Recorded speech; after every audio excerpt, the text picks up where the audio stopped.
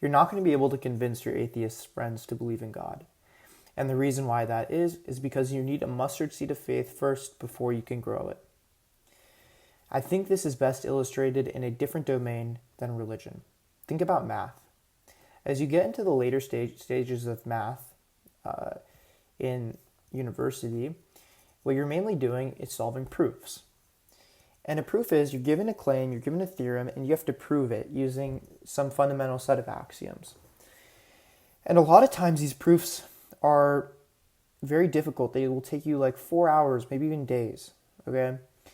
And they may not seem obvious at first that they're even true. But because your professor gave them to you and they've said it's true, when you hit a roadblock, you don't assume that the problem is that the theorem isn't true. You assume that the problem is that you have a lack of understanding. And so you put more effort into trying to find a solution and eventually you get there.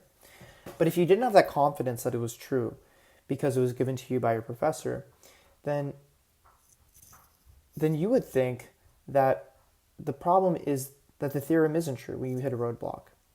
And so that's the exact same situation we find atheists in. Whenever they hit the smallest roadblock in their understanding of God, they don't then try to pursue every possible explanation for it and deeply investigate it and sit with that discomfort of ignorance because they don't have an initial tiny amount of faith that it could be true.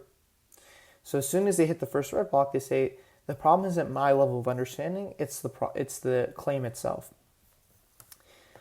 So that's why you need a little bit of faith before you can grow it. And this typology is given a perfect image in the story of Job. He's given every reason to doubt God's character. God takes away everything from him even though he's righteous. Kind of a prefigurement of Christ in that way. And Job sustains his faith, even against all of the evidence. And he eventually is rewarded. He sees God face to face, or at least he speaks with him, and he gets all his stuff back.